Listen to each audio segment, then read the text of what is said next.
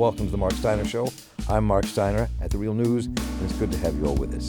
A book came across my desk that really caught my attention. It was called State on Freedom, The Long History of Black Power Through One Family's Journey. And it turned out to be a page-turner, and the lives of the two people whose story it tells have had a life's journey that is worth being told. It's a story of love, of political struggle, in some of the darkest, most terrifying corners of the civil rights movement, with the storied Student Nonviolent Coordinating Committee, or SNCC as it's popularly known. And it winds its way through many political struggles, the Nation of Islam, black nationalist movements, imprisonment, crossing the globe, in and out of the American Friends Service Committee, and many other groups. It's about the fight against racism in all its blatant and hideous hidden forms. It's about spiritual quests through Islam and more, and the work of real organizing and what can be created through it. And it's about a passionate love between two people, an undying friendship and comradeship that comes out of that love and each other, and in the end raises so many questions about what we face now and where we're going as a society and a world. Now, our guests today are Dan Berger, who actually wrote the book. He's a professor of comparative and ethnic studies and associate dean of the School of Interdisciplinary Studies, that's a mouthful, at Washington, University of Washington. And his previous book is Captive Nation, Black Prison Organizing in the Civil Rights Era. And the two whose lives fought for our future, whose story was told in State on Freedom, Dr.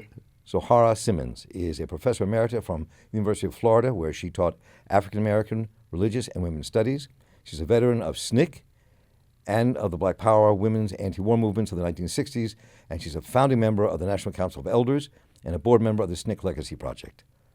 And Michael Simmons also has been in a lot of those groups and has been a domestic and international human rights activist for 60 years with SNCC, and later as director of European programs for the American Friends Service Committee.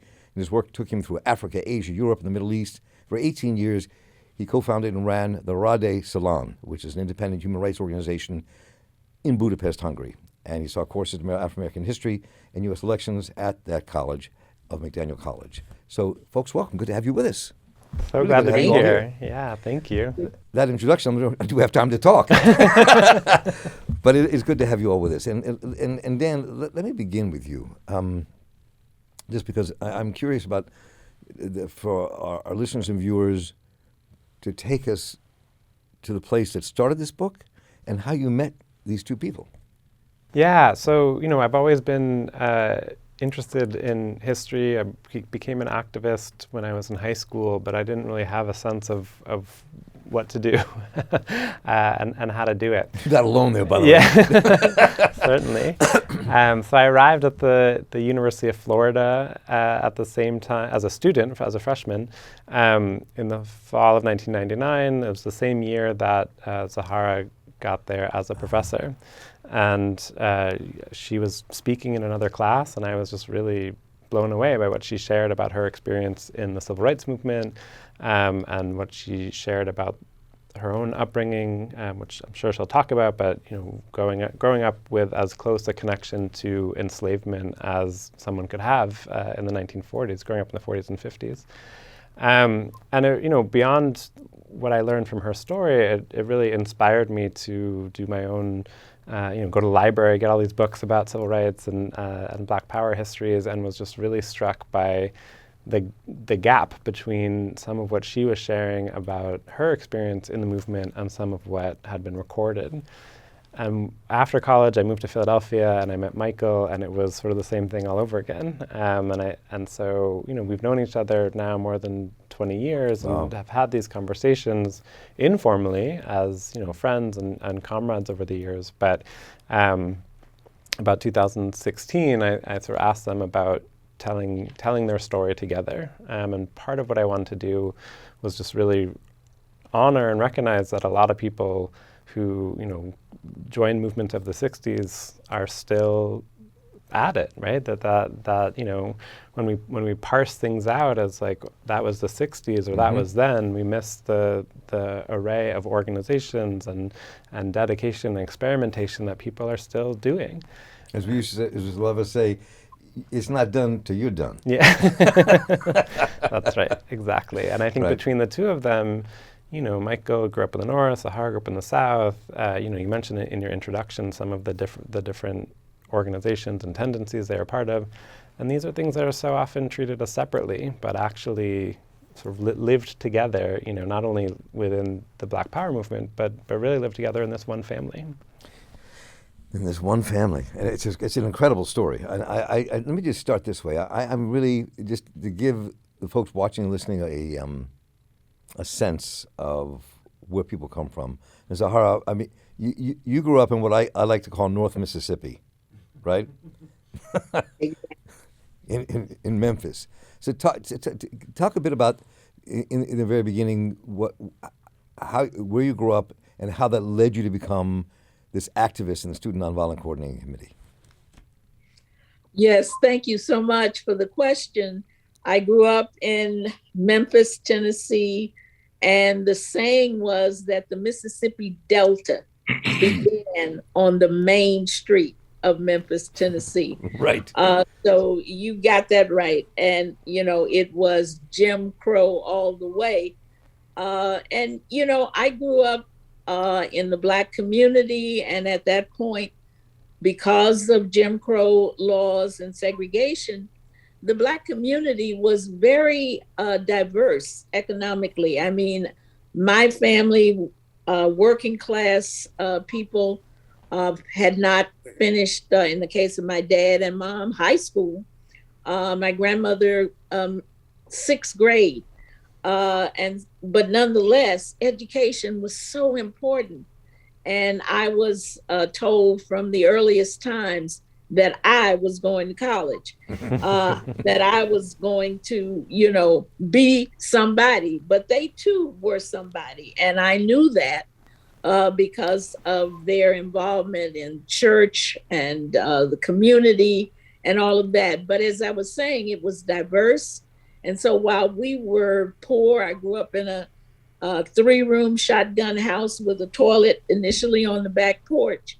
There were people, my principal of my high school lived right around the corner in a stone house with beautiful stone floors, and, the doctor, the dentist, many of my teachers lived in what I considered beautiful homes then and had cars. So I knew that education, quote unquote, could certainly change your economic status, but we all were the victims of the Jim Crow and clearly could be killed if you stepped out of line. And I was told that all of my growing up, stay on your side, so to speak, of the road. Don't challenge it. But at the same time, my grandmother was a voter because in Memphis, Black people could vote. And she was serious about voting and had registered as soon as women had the right to vote, and was very proud of that, and tried to get everybody on our street to vote. And whenever the white people running for office, and only whites could run for office at that time, she and my grandfather went to church to hear what they had to say. And then after the candidates would leave, all the church folks would huddle to say, now, which one of them is going to be bad for us or even more bad? Because everybody was clear that, they were all bad. But which one might be less bad than the other? So I was there. My grandmother took me to all these meetings and took me with her to the polls when she went to vote, when she was knocking on doors, trying to tell people they needed to vote to make things better, et cetera. Also, all Black school and everything Black, except when you needed to go downtown to pay your light bill. Gas and water bill, that kind of thing. And that's when you had to be careful. So this is what I grew up with. I saw the Emmett Till photos in the Jet magazine, the Centerfold.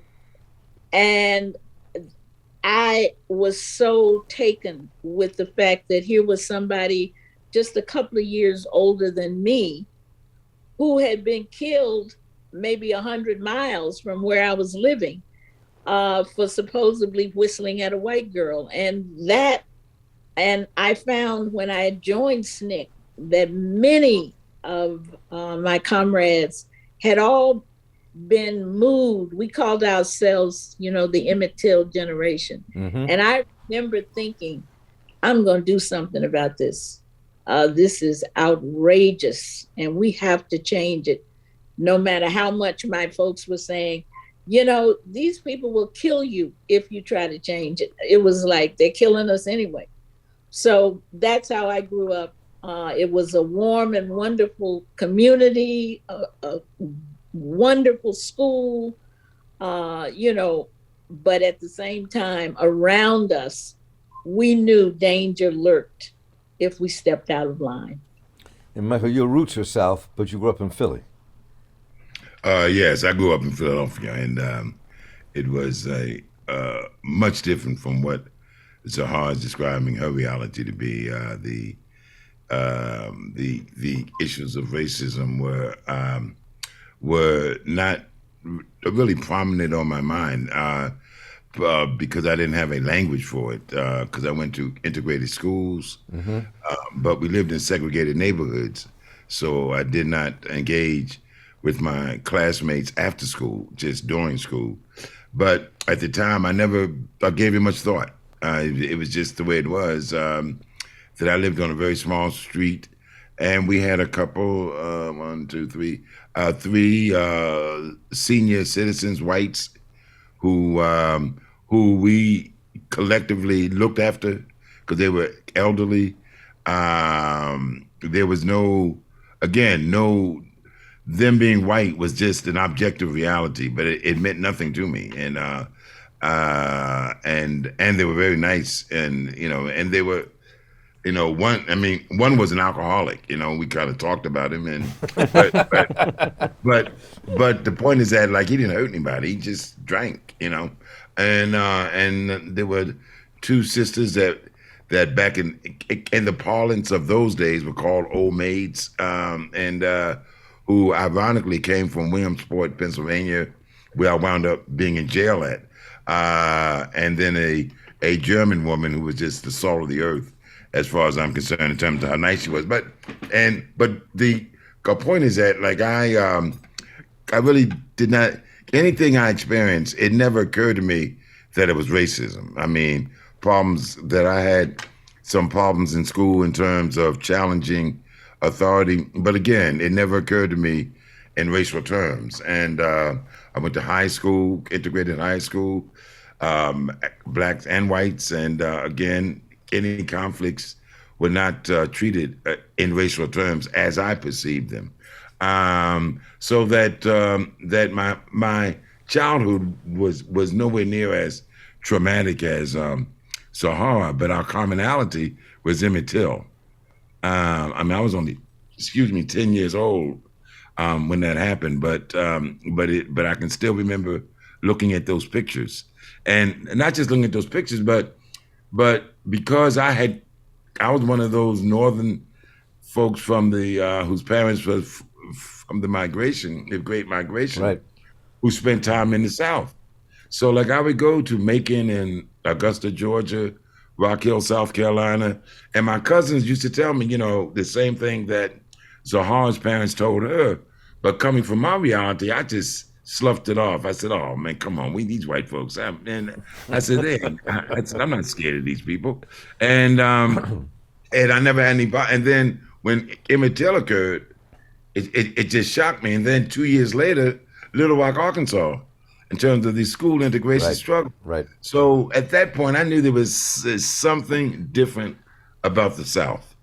And at that point, and then as I got a little older, the words of Malcolm X began to make me realize that there was something different about being an African American in white society. But that's a synopsis of my being, yes. So actually, I'm going to come back to Malcolm if we have a chance to do that a little bit later, because that's an interesting piece of life too with everybody here. But I'm so both of you ended up in SNCC, in the Student Nonviolent Coordinating Committee, went south.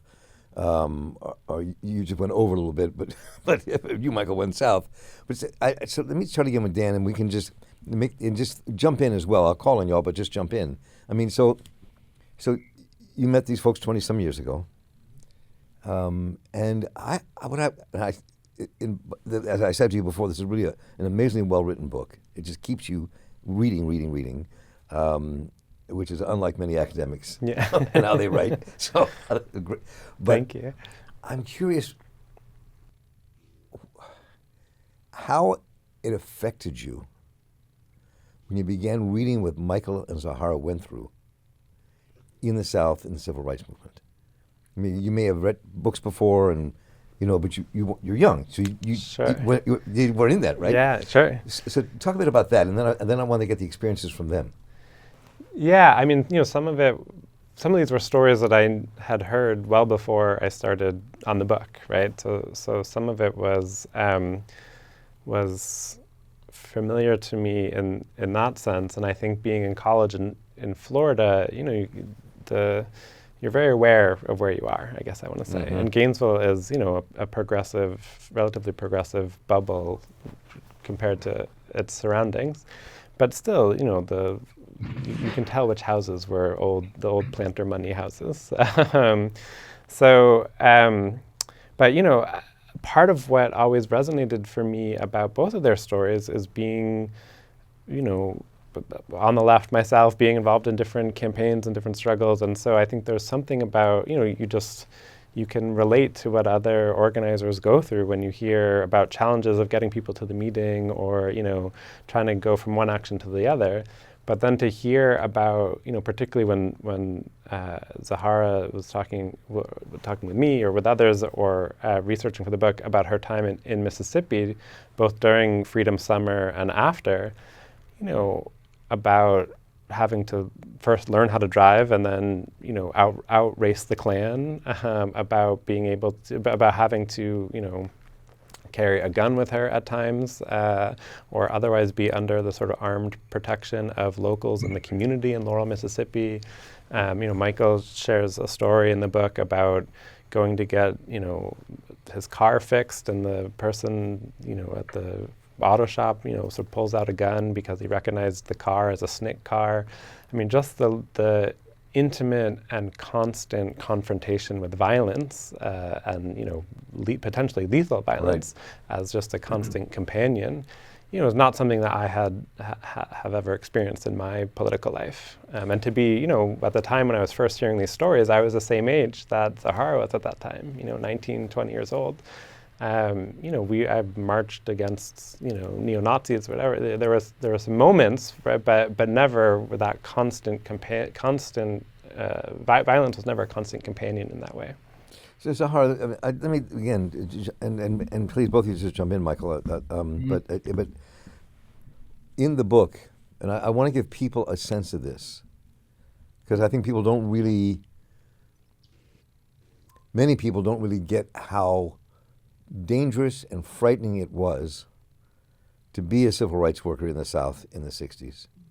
Mm-hmm. And they know people did it. They know they had to break the back of segregation, but there's the constant kind of fear that people lived with, never knowing what's going to happen next when you're registering people to vote, what's going to happen next when you're trying to get things started and start freedom schools. So just talk a bit about that, because the stuff you went through, the fear you faced was pretty intense. And I think that was emblematic of what a lot of people went through in the civil rights movement. Oh, yes, unquestionably. And let me tell you, because I had grown up with a grandmother who told me from my earliest memories that Mississippi was the worst place for Black people in the world. Mm. And she did everything she could to try to keep me from joining the movement and going to Mississippi. And, her words were ringing in my ears all the time. She said, "They're gonna kill up a bunch of y'all down there. Are you crazy?" And so when I drove to Mississippi with my two comrades who had been assigned to Laurel, Mississippi, I was terrified. And because of the horror stories that I had been taught growing up, I slept kind of from Ohio to Mississippi, and I kept asking my comrades, I said, tell me when we cross the line into Mississippi, wake me up. And I don't know what I was expecting. I guess goblins and monsters to be hanging from trees. But nonetheless, it was scary. And, I lived with a family for the 18 months that I was there, Mrs. Eberta Spinks and her husband and her teenage son. And, many nights she would sit with the lights out and a shotgun across her lap. So she would tell us, because people had been calling, threatening. She said, you can rest because I'm watching. And she would sit up all night with her gun because she said, I'm going to protect you all. And this was incredible. This is a 50-plus-year-old woman. We were the first building that we were finally able to get a Black landowner to rent to us, which was a boarded up old building that we had to renovate to turn into our Freedom School and our offices. That was burned to the ground with all of our books, and the fire department was parked watching it burn to the ground. Mm-hmm. They never tried to put it out. I have been chased by, people, white men with gun racks in the back of their truck. And as Dan mentioned, I had just learned to drive. So driving at top speeds, trying to get inside the city limits, it was terrifying. I mean, and many were killed. I had met James Chaney. I had met Andrew Goodman at the orientation session. They left a week before I did. And to know that they were already missing, and as everybody in SNCC said, they're dead. There's no, don't believe anybody who's saying that they went off somewhere. They have been killed along with Schwerner. So this was hanging over our heads constantly, that death was stalking us. And they had said to us, they would kill any of us coming in there trying to register people to vote. Yet the local people who lived there, they were the ones who knew better than we did how dangerous it was. But nonetheless, they were willing to step up to try to register to vote, to help us with creating a freedom school and creating the Mississippi Freedom Democratic Party. These were the brave people, because I could jump on a Greyhound bus and run on home, but they were putting their lives, their jobs, their houses on the line, as Mrs. Spinks did. It was a scary time. You could run away, but as was pointed out in the book, you didn't run away. I didn't run away. You did not run away, and you were, and the stress was so intense for you that people wanted you to go away, just to save your mind and soul, and your body. I mean, so and Michael, you had to. So you're a Philly guy, you're not, and ended up going down south to Arkansas, which I always thought about as one of the. It's always been like this. Of all the states, it's really a bastion of whiteness.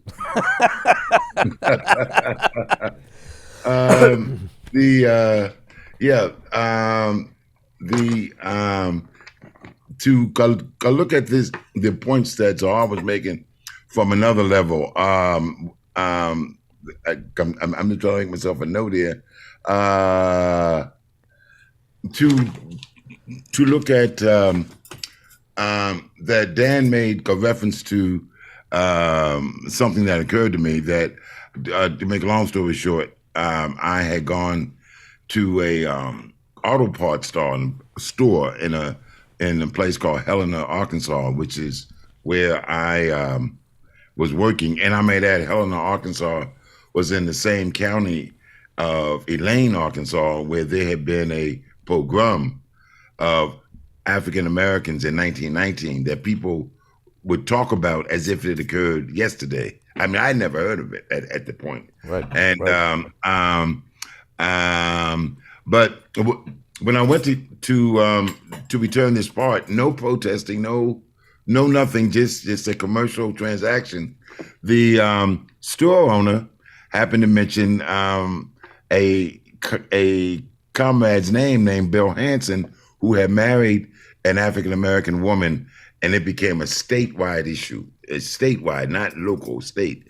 And so the store owner said, ain't that Hanson's car? And as he said it, he reached under the counter. And instinctively, I turned around, and these men were converging on me, and I burst out of the store, jumped in the car, and I was starting the car. I was leaning over. I mean, it's like a movie. Literally. Yeah, I was leaning over, trying to start the car, nervous, scared, everything, all at once. And the guy came to the door and pointed the gun. I mean, I don't know if he's going to shoot it. He didn't shoot it, but he pointed the gun, and so I got off. So I went back to my comrades in SNCC, and they said, "Well, we got to report this." So by the time I got to and I can't recall if it was the sheriff's office or local police reported, he had gotten down there, and they arrested me for disturbing the. I mean, I forgot what the charges were, but he accused me of something, and I got convicted, and spent 30 days. Well, it was a 30-day suspended sentence if I left the state, which I didn't do. But that's what. Right. But here's the kicker, and this is what I think people need to understand. Because I went to SNCC would go to the FBI to chronicle these kind of things. The FBI made it very clear, said, look, we don't know what we're going to be able to do with this legally, but we want to keep a record of it. So I went to the FBI, a person in Little Rock. His name, believe it or not, was Agent Smart. I mean, you can find this in the archive. But, I read that. It just cracked me up. Yeah, Agent Smart. It was. And he was the nicest. I had about a few-hour conversation, talked about my upbringing, my mother, parents, everything. It was just I felt so encouraged by the discussion. And that happened around July, August of 65. Fast forward to a couple of months later in Forest City, Arkansas, where we had a protest demonstration that led to a couple hundred people being arrested, trying to integrate schools. We were in the Freedom House, is what we call our residency, planning strategy one night, and the police came in this place called Forest City. And they banged on the door. There's about 15 or 20 police looking for some SNCC leaders who weren't there. They were looking for John Lewis and Julian Bond. And so there was a white woman SNCC worker in the place with us, about 8 or 9 of us. And we stuffed her in the closet, said, look, just be quiet. And they put us up against the wall, assuming the position, as I call it. And the cops come in, and who do I see in the back but Agent Smart, right?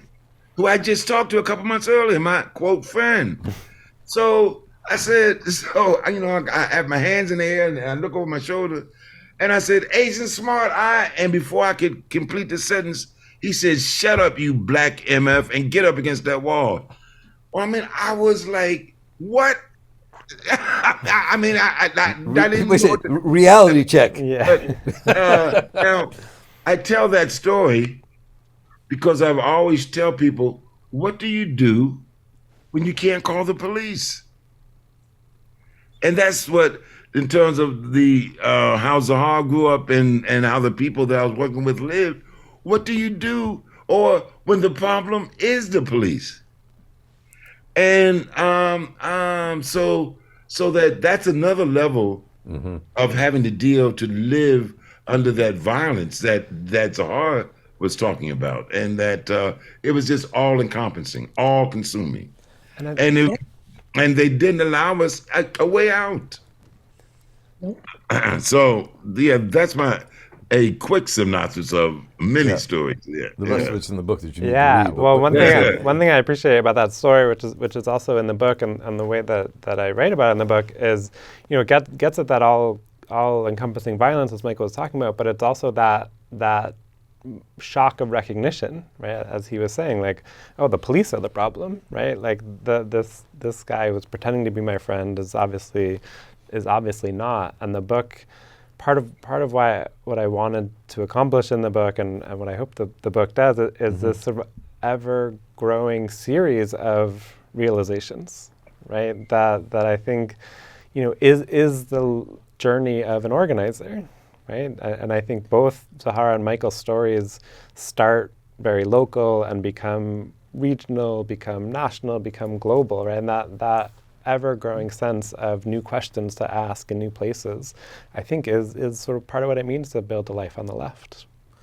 And that's a really important point. Now, and I want to get there quickly because I think the subtext of this book, to me, there are two subtexts of this book, several of them actually.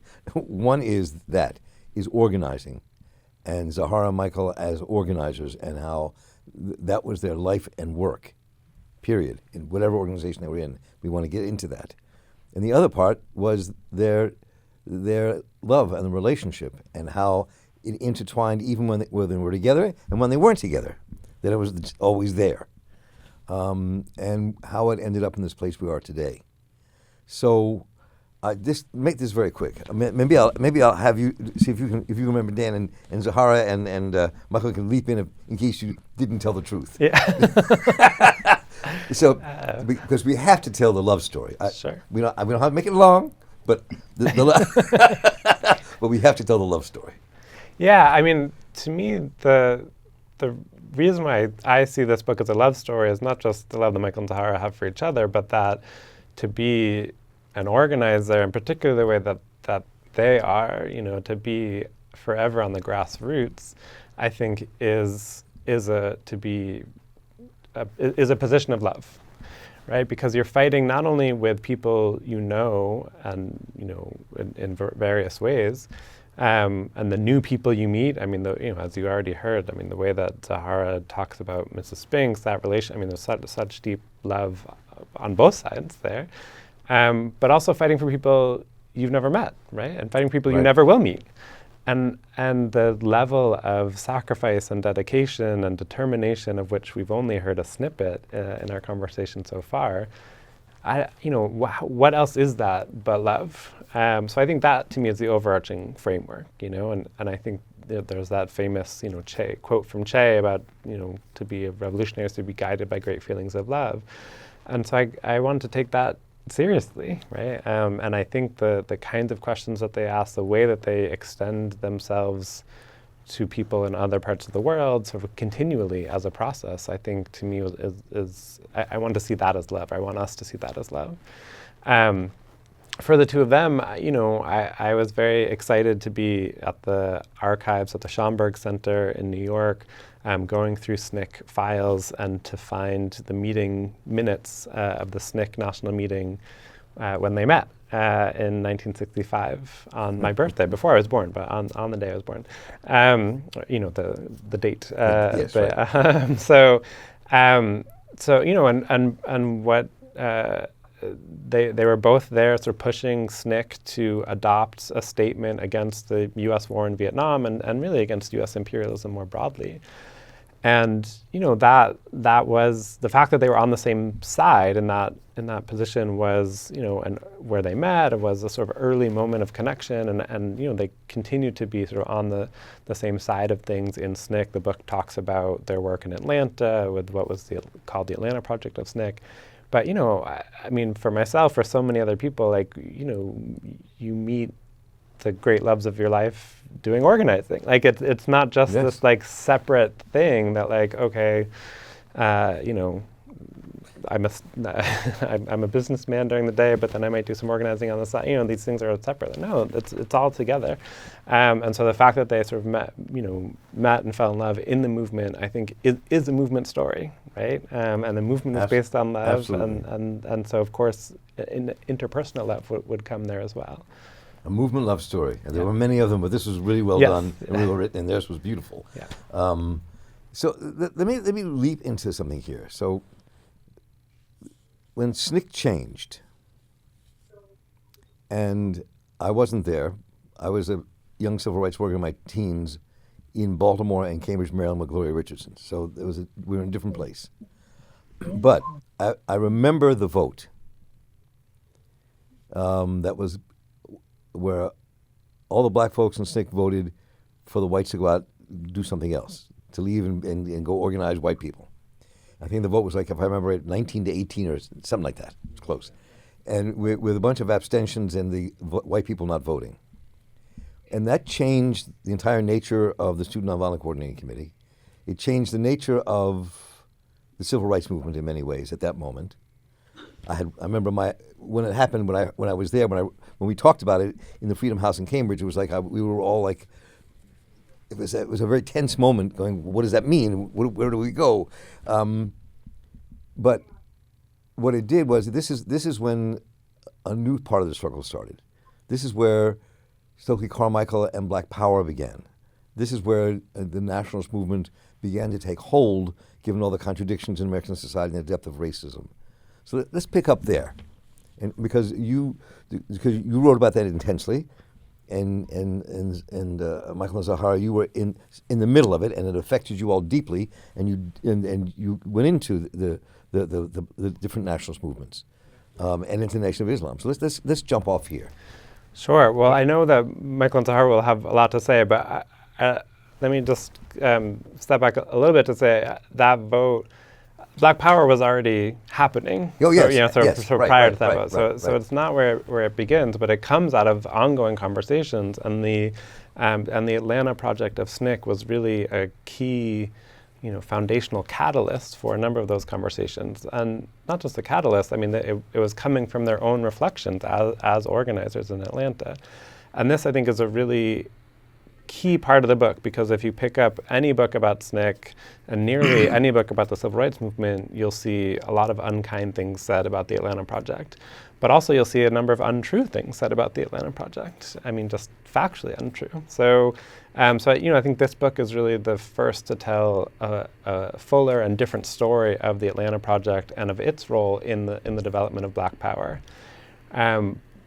I remember, meeting Zoharah when I was an undergrad and hearing her talk about what Black Power was and what the motivation was, in a way that made a lot of sense to me then and seemed very different from how it was described. And so I'm eager to bring them into the conversation. But the other thing, last thing I'll say on this, right, is that it wasn't just the white people who abstained from that vote, which is, again, how it's often told. It was also the members of the Atlanta Project. And I think that changes the whole story.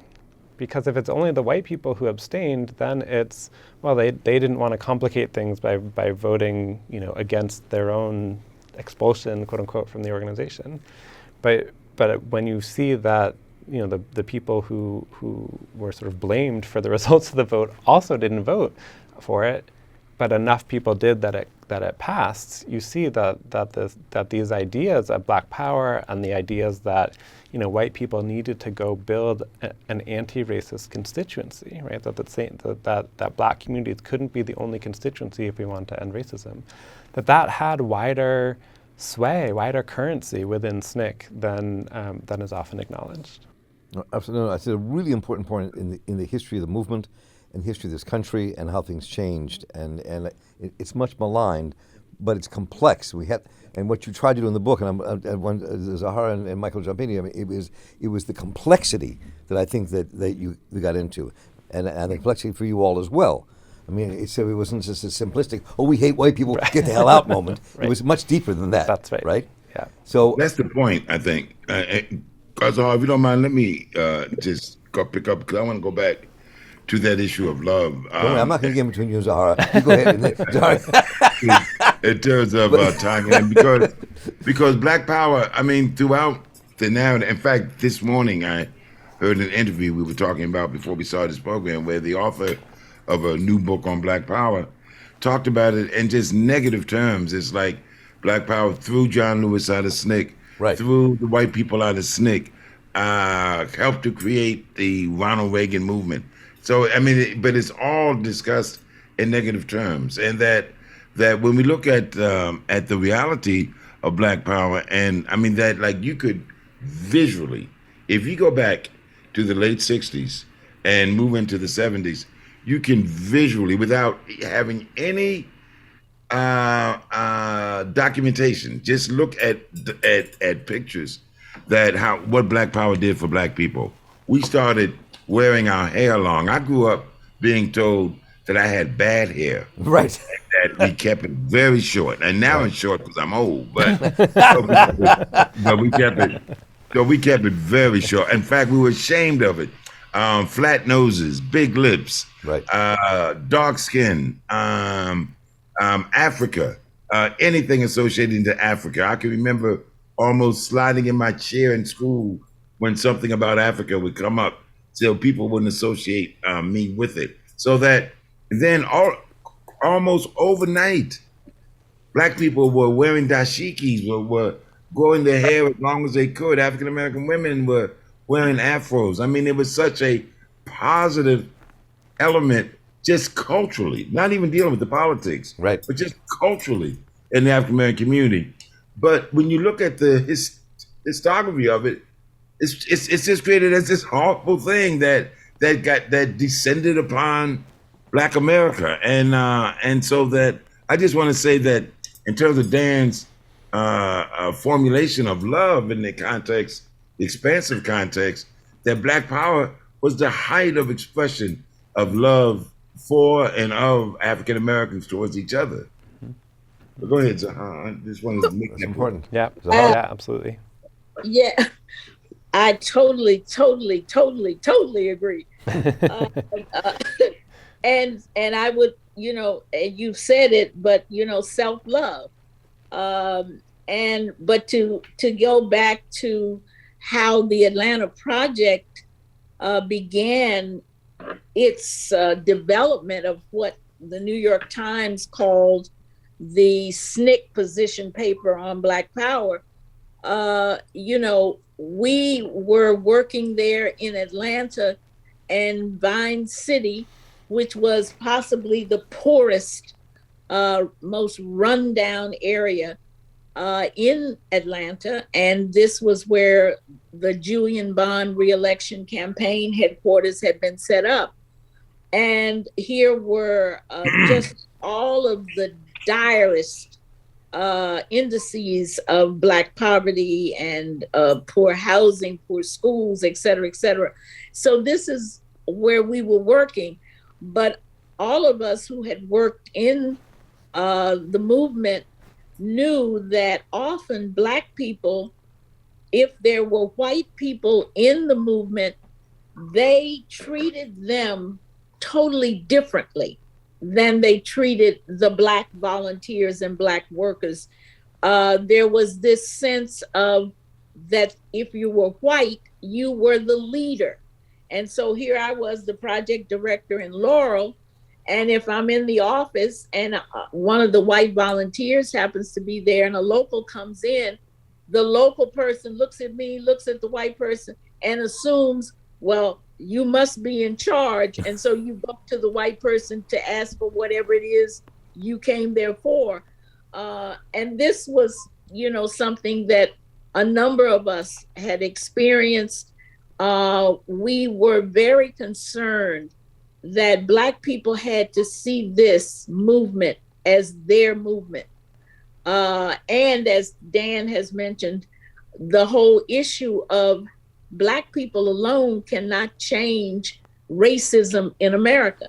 So who is organizing in the white community? And so it wasn't about throwing people out, as has been told. It was about getting our white comrades to go into the white community face the dangers there of trying to organize. And there was we used to call it the White Folks Project, that was formed. And a number of our comrades, including Bob Zellner, went to the white community to organize. And in many cases, they were run out of town when the white community realized that they were civil rights workers. So, this is very complex, as you say. And given that if you, as a Black American growing up where you hated anything Black, you hated Africa. I mean, if you call somebody Black, it could start a fight. Right. If you call somebody African, it could start a fight. I mean, this had to be uprooted and disposed of. And so, as Michael has said, it took off like wildfire, from Stokely Carmichael in Greenwood, Mississippi, saying Black Power, and all these kids jumping up and down, Black Power, Black Power.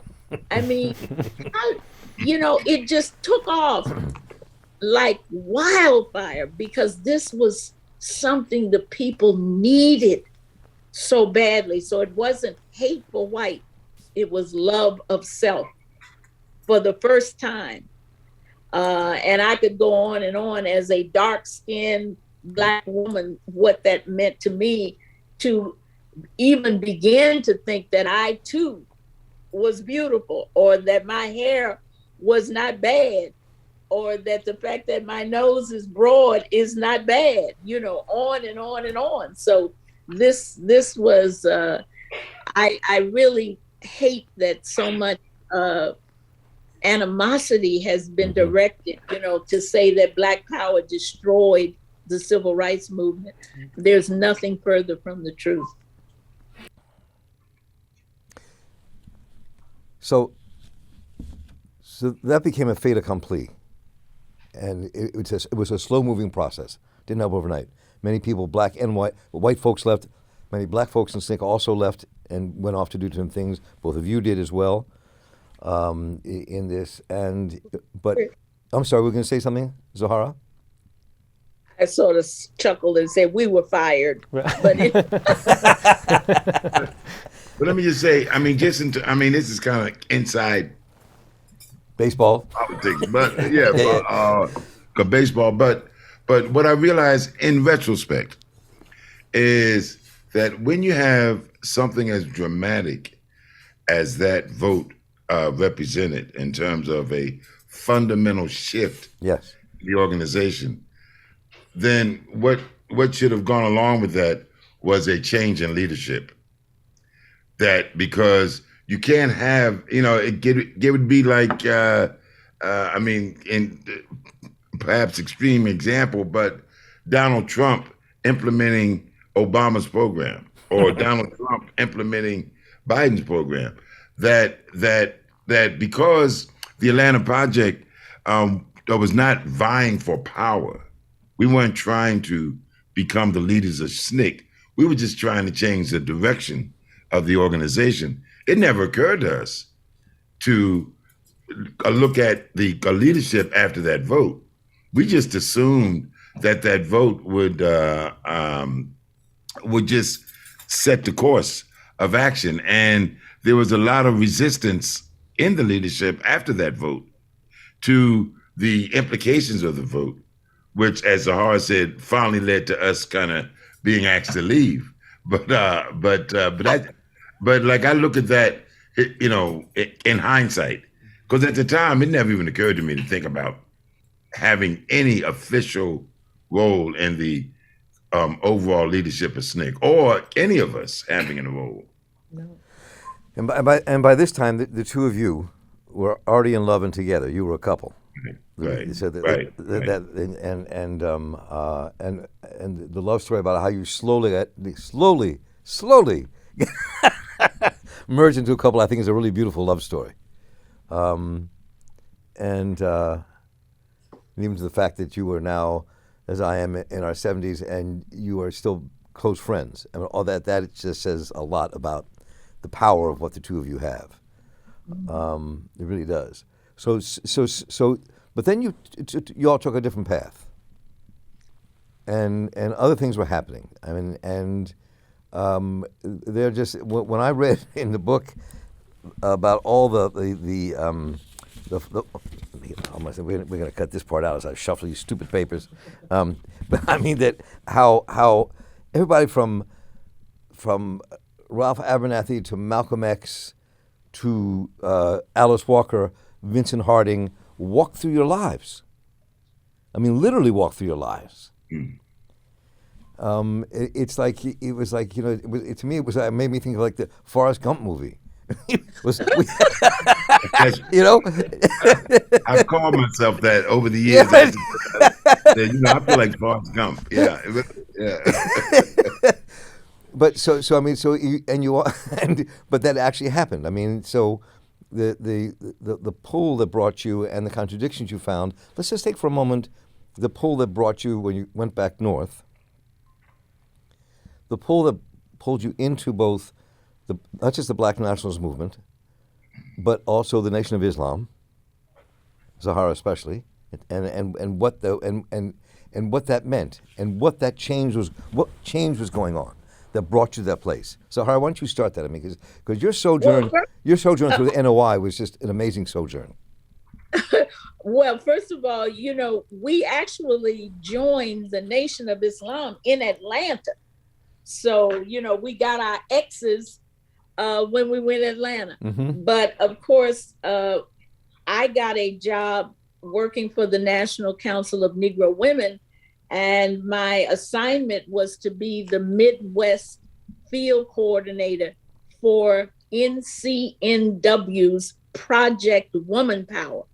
So Michael and I moved to Chicago for me to take that position. Well, Michael's brother, John Simmons, named Ali by Mr. Elijah Muhammad, was there. That was the headquarters. So, but we were already Muslims in the nation when we got there. And of course, John Ali being there and Michael's brother, I got to know him. And we were, somewhat active with the nation in Chicago, quote unquote Mecca for the Nation of Islam. Right. But at the same time, I was traveling for my job because as Midwest Field Coordinator, I had several cities that I was organizing low-income Black women for social change. And so I had Chicago, I had Cleveland, I had Detroit, Lorain, Ohio, and Elyria, Ohio. Those were my cities. So I literally was driving from one city to the next, organizing, meeting with the women, helping them start projects, etc.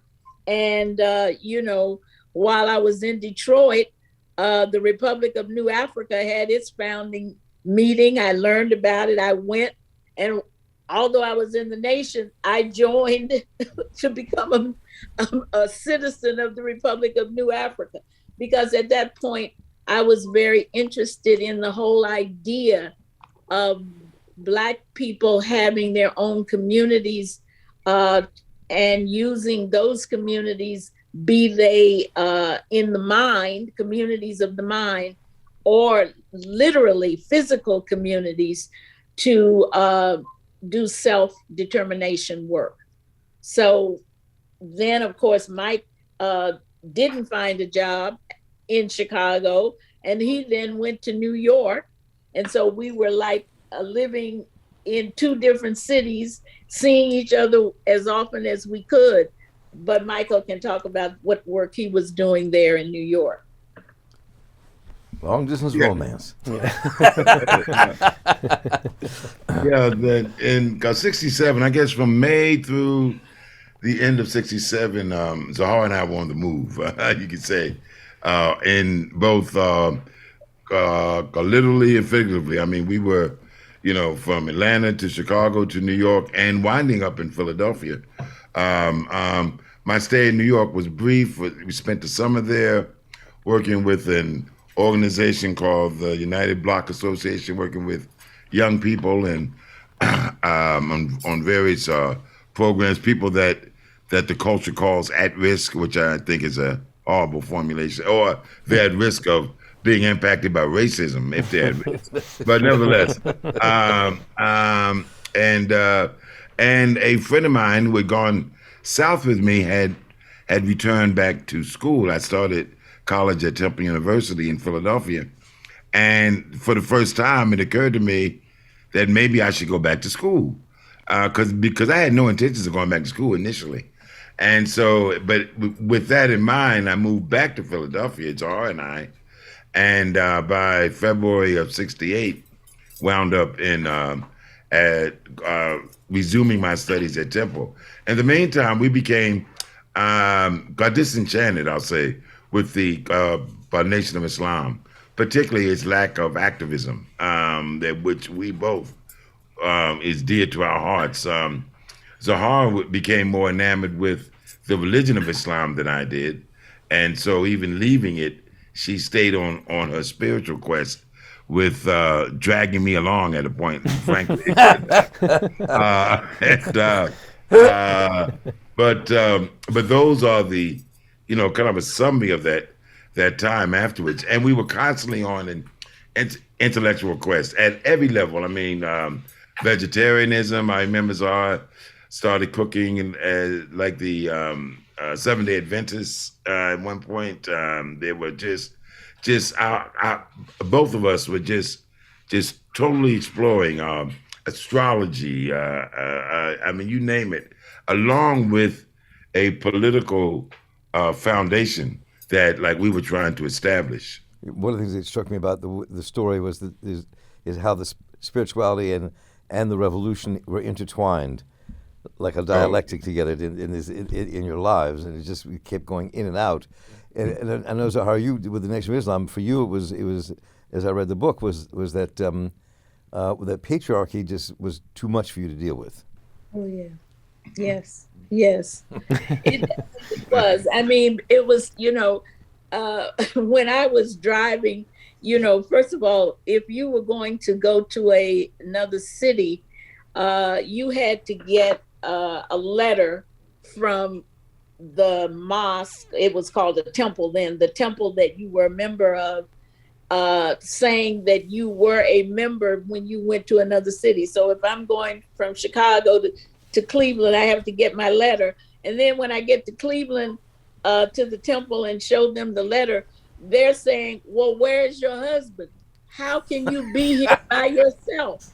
And I mean, that's just a mild version of them not being able to understand why I'm traveling, why I'm doing this, that, or the other. It was like, hey, I can't be bothered. I must say that in New York, for that little time we were there, Louis Farrakhan, was the head of Temple Number 7, and he clearly understood who we were, and he wanted us badly to be in his community and to bring others like us. So he was constantly sort of beating off the folk who wanted us to mold to their way of acting and being, and he was like, leave these folks alone, they're SNCC people, you can't expect them to do like everybody else.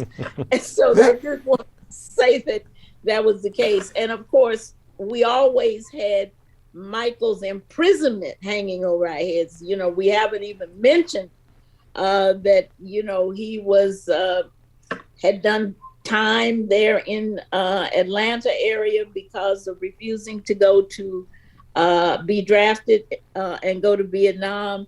And so all the while that we're moving around, the attorney, what's his name? Your attorney. Howard Moore was doing everything to keep him from having to begin serving that time, including taking it to the Supreme Court 2 times and having it turned back. So by the time we got to Philadelphia, the prison imprisonment thing was bearing down on us pretty hard. So we haven't mentioned that whole No, we have there's something important to talk about. I think, yeah, Big. and Louis Farrakhan, who I interviewed once, the one thing you say about Louis Farrakhan is that he was a very bright guy. He's no dummy. So when he saw the two, he wanted you all to stay. He said, "Oh, what do I have here? I'm not letting these two go."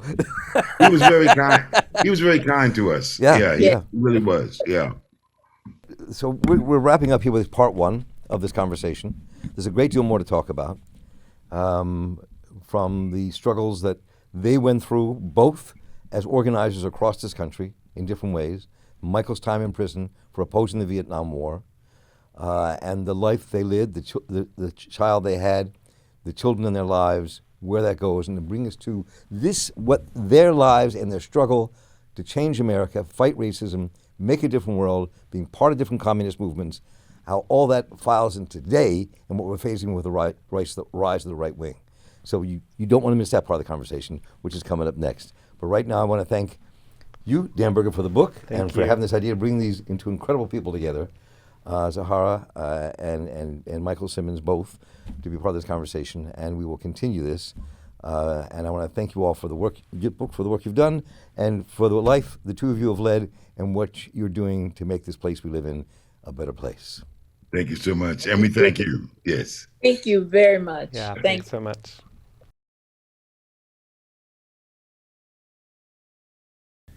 Thank you so much for watching The Real News Network, where we lift up the voices, stories, and struggles that you care about most. And we need your help to keep doing this work, so please tap your screen now, subscribe, and donate to The Real News Network.